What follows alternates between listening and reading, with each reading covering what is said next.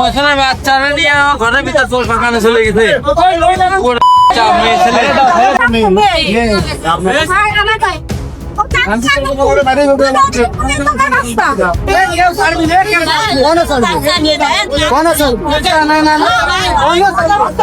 দেশের বর্তমান প্রেক্ষাপটে শিশু নিরাপত্তার বিষয়টি যখন টক অফ দ্য কান্ট্রি, ঠিক তখন খুলনার ফুলতলায় ঘটে যাওয়া একটি ঘটনা আমাদের সামাজিক সচেতনতাকে আবারও প্রশ্নের মুখে দাঁড় করিয়েছে। ফুলতলার তর্তিবপুর গ্রামের সেই লোমহর্ষক ঘটনার নেপথ্য কাহিনী, যা হয়তো আরেকটি বড় ট্র্যাজেডি হতে পারত, কিন্তু স্থানীয়দের তৎপরতায় তা রুখে দেওয়া সম্ভব হয়েছে। গত সোমবার 1 জুন 2026 ঘড়িতে তখন সকাল ঠিক 9:30। খুলনার ফুলতলা উপজেলার তর্তিবপুর গ্রামের আকাশটা ছিল আর 10টা দিনের মতোই শান্ত, কিন্তু সেই শান্তির আড়ালে ঘাপটি মেরেছিল এক ভয়াবহ ষড়যন্ত্র। ভিকটিম শিশুর মা আফসানা বেগম তখন ইকবাল সর্দারের ভাড়া বাসায় গৃহস্থালির কাজে ব্যস্ত ছিলেন। ঠিক সেই মুহূর্তে প্রতিবেশী এক নারী তাকে যে তথ্যটি দেন, তা শুনে যে কোনো মায়ের রক্ত হিম হয়ে যাওয়ার কথা।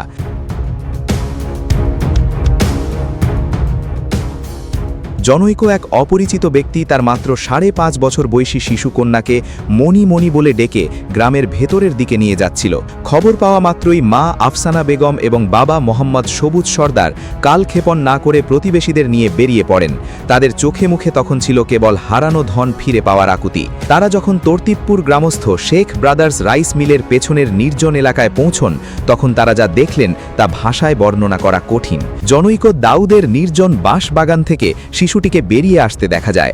ঠিক তার পেছনেই বেরিয়ে আসছিল এক ব্যক্তি, যার নাম পরে জানা যায় আলম শেখ। শিশুটি যখন বাগান থেকে বেরিয়ে এলো, তার চোখে ছিল কান্নার ছাপ এবং কণ্ঠে ছিল অজানা আতঙ্ক। উপস্থিত সবার সামনে সে বর্ণনা দেয় কিভাবে সেই অপরিচিত লোকটি তাকে প্রলোভন দেখিয়ে বাগানের ভেতরে নিয়ে যায়। সেখানে তাকে প্রেম খেলার কথা বলে জোরপূর্বক তার পোশাক খোলার চেষ্টা করে। এই বর্ণনা যখন শিশুটি দিচ্ছিল, তখন উপস্থিত জনতা বুঝতে পারে তারা এক ভয়াবহ অপরাধের সাক্ষী হতে যাচ্ছে। স্থানীয়দের উপস্থিতি টের পেয়ে অভিযুক্ত ব্যক্তি তাকে ভয়ভীতি দেখায় যেন সে এই কথা কাউকে না বলে। জনতার হাতে নাতে ধরা পড়ার পর অভিযুক্ত আলম শেখকে প্রাথমিকভাবে গণধোলাই দেওয়া হয় এবং পরবর্তীতে ফুলতলা থানা পুলিশের কাছে সোপর্দ করা হয়। এই ঘটনায় ভিকটিম শিশুর মা বাদী হয়ে একটি মামলা দায়ের করেছেন। মামলার নথিতে স্পষ্টভাবে নারী ও শিশু নির্যাতন দমন আইনের উল্লেখ রয়েছে। তদন্তে জানা গেছে আটককৃত আসামি আলম শেখ ফুলতলা থানার ধোপাখোলা গ্রামের মৃত মোকসেদ শেখের ছেলে এবং সে বর্তমানে তাজপুর এলাকায় একটি ভাড়া বাসায় বসবাস করছিল।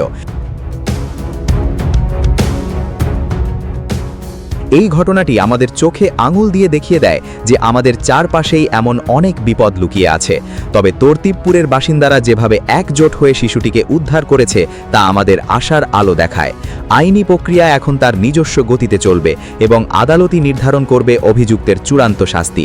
কিন্তু নাগরিক হিসেবে আমাদের দায়িত্ব হলো এই ধরনের ঘটনার পুনরাবৃত্তি রোধে সবসময় সতর্কতা অবলম্বন করা, শিশুদের নিরাপত্তার বিষয়ে সচেতন থাকা এবং সন্দেহজনক কোনো ঘটনা চোখে পড়লে দ্রুত আইন শৃঙ্খলা বাহিনীকে অভিহিত করা।